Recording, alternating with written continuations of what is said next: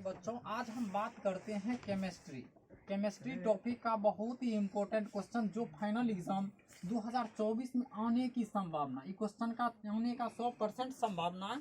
सबसे बड़ी बात होता है कि एग्जाम में कोई भी क्वेश्चन आए वहाँ पर जाना है तो एकदम टेंशन में नहीं, एकदम फ्री माइंड होकर बनाना है।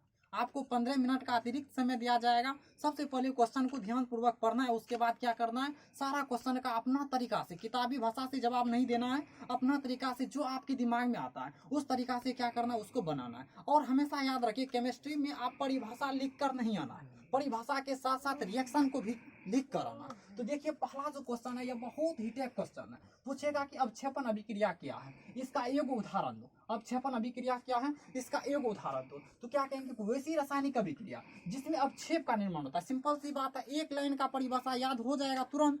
वैसी रासायनिक अभिक्रिया जिसमें अवक्षेप का निर्माण होता है उसे हम क्या कहते हैं, अवक्षेपण अभिक्रिया कहते हैं। उसे हम क्या कहते हैं, अवक्षेपण अभिक्रिया कहते हैं। इसका रिएक्शन देखिए, सोडियम क्लोराइड, या क्या NaCl, इसको बोलते हैं सोडियम क्लोराइड, इसको बोलते हैं AgNO3, इसको बोलते हैं सिल्वर नाइट्रेट। जब इन दोनों को आपस में रिएक्शन करवाया जाता है, अभिक्रिया करवाया जाता है, सिल्वर क्लोराइड का अवक्षेप बनता है। सिल्वर क्लोराइड का क्या बनता है, अवक्षेप बनता है। और यह क्या, सोडियम नाइट्रेट अलग से बनता है। अब देखिए, जो सिल्वर क्लोराइड है ये अवक्षेप का निर्माण कर रहा है, इसलिए एरो का चिन्ह नीचा। याद रखिएगा, दो पॉइंट हमेशा याद रखिए। अवक्षेप जब भी बनेगा तो उसको क्या करेंगे, एरो का चिन्ह नीचा करेंगे। और जब भी गैस, कोई भी गैस बनाएगा तो वहां पर क्या करेंगे, एरो का चिन्ह ऊपर रखेंगे। तो सबसे पहले यह क्वेश्चन याद हुआ कि नहीं हुआ। पूछेगा कि अवक्षेपण अभिक्रिया किसे कहते हैं, क्या कहेंगे, वैसे रासायनिक अभिक्रिया जिसमें अवक्षेप का निर्माण होता है उसे हम अवक्षेपण अभिक्रिया कहते हैं। इसका सिंपल सी रिएक्शन क्या करेंगे, सोडियम क्लोराइड का अभिक्रिया किससे करवा देंगे, सिल्वर नाइट्रेट से करवा देंगे। जब ये दोनों को आपस में अभिक्रिया करवा देंगे तो क्या बनाएगा, सिल्वर क्लोराइड का अवक्षेप बनाएगा। यह जो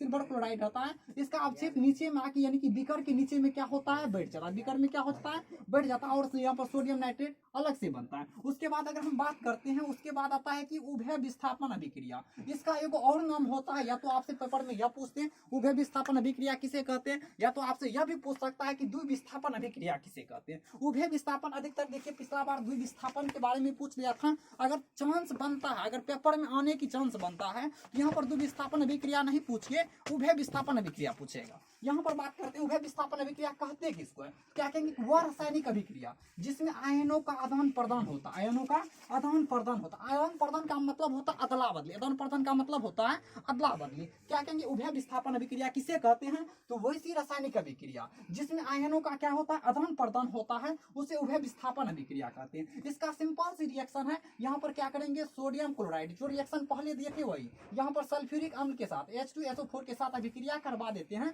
यहाँ पर बनता है सोडियम सल्फेट Na2SO4, उसके बाद 2HCl अम्ल बनता है। उसके बाद अगर बात करते हैं, यह बहुत इंपॉर्टेंट क्वेश्चन है, बहुत इंपॉर्टेंट, इसको लल्लन टॉप की कैटेगरी में रखना चाहिए। ये पेपर में बहुत बार आता है। उदासीनीकरण अभिक्रिया किसे कहते हैं, उदासीनीकरण अभिक्रिया किसे कहते हैं, इसके दो उदाहरण दे। सबसे महत्वपूर्ण बात यह होता है, इसकी जो दो उदाहरण मांगता है, यह बात को आपको ध्यान में रखना है। विद्यार्थी क्या करेगा, प्रॉपर उसका परिभाषा विद्यार्थी को भले याद है, लेकिन वह क्या करता है, रिएक्शन भूल जाता है। यह रिएक्शन के कारण विद्यार्थी का जो 2 मार्क का क्वेश्चन होता है वह सिर्फ 1 मार्क देता है, और 1 मार्क उसको काट लिया जाता है, 1 मार्क काट लिया जाता है। तो हम क्या कहेंगे, उदासीनीकरण अभिक्रिया किसे कहते हैं, तो कहेंगे कि अम्ल और क्षारक, क्षारक मतलब भस्म हो गया, क्षारक मतलब क्या हो गया, भस्म हो गया। अम्ल और क्षारक के बीच जब रासायनिक अभिक्रिया करवाया जाता है, अम्ल और क्षारक को जब आपस में मिलाया जाता है, तो यह दोनों क्या करता है, क्षारक एक दूसरे को क्या करता है, अम्ल और क्षारक एक दूसरे को क्या करता है, उदासीन कर देता है। क्षारक एक दूसरे को क्या करता है, उदासीन कर देता है। इसी को हम क्या बोलते हैं, उदासीनीकरण अभिक्रिया कहते हैं। फिर से समझो, कहता है कि अम्ल और क्षारक के बीच जब रासायनिक अभिक्रिया होता है तो रासायनिक अभिक्रिया के फलस्वरूप लवण और जल बनता है। क्या बनता है, लवण और जल बनता है। और अम्ल और क्या करता है, देखो, अम्ल और क्षारक एक दूसरे से क्या करता है, अभिक्रिया करके इसको क्या करता है, उदासीन कर, एक दूसरे को उदासीन कर देता है। उसे हम क्या कहते हैं, उदासीनीकरण अभिक्रिया कहते हैं। उसे हम क्या कहते हैं, उदासीनीकरण अभिक्रिया कहते हैं। यहाँ पर देखो NaOH यानी कि सोडियम हाइड्रोक्साइड, सोडियम हाइड्रोक्साइड, यह क्या है, अम्ल है, यह क्या है, अम्ल है। HCl क्या है, भस्म है। HCl क्या है, यह भस्म है। यह दोनों जब आपस में अभिक्रिया किया, यहाँ पर सोडियम क्लोराइड का क्या बना दिया, लवण बना दिया। सोडियम क्लोराइड कहने का मतलब NaCl, नमक बन गया।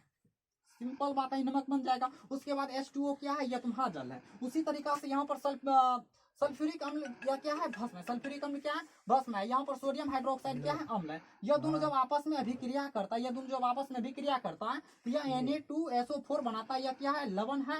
उसके बाद यह क्या है, जल है। सिंपल सी बात है, केमिस्ट्री का कोई भी क्वेश्चन है वहां पर घबराना नहीं है, घबराना नहीं है। घबराना क्यों नहीं है, क्योंकि आपको अतिरिक्त दिखता है। अतिरिक्त कहने का मतलब 2-4 क्वेश्चन, जैसे 4 क्वेश्चन दे दिया तो उसमें से मात्र कहेगा कि 2 क्वेश्चन का जवाब देने के लिए। तो सिंपल सी बात है कि 4 क्वेश्चन में से 2 क्वेश्चन आपको सिंपल सी बात है पूरा पूरी बन जाएगा, घबराने की बात नहीं है। और बात करते हैं जितना जो बच्चा को चाहिए नोट्स का जरूरत हो, जिन बच्चा को लगता है कि हमको हाँ नोट्स चाहिए, तो उसके लिए हम बिल्कुल free of cost note provide कराते हैं। यानी कि आप अगर 10th का एग्जाम देते हैं, आपके पास मात्र अगर 5 दिन बचा है, 5 दिन भी बचा है, तो आप माँ क्लासेस का नोट्स लेके पढ़ सकते हैं। और यहाँ से solid question A to Z question फंसता है।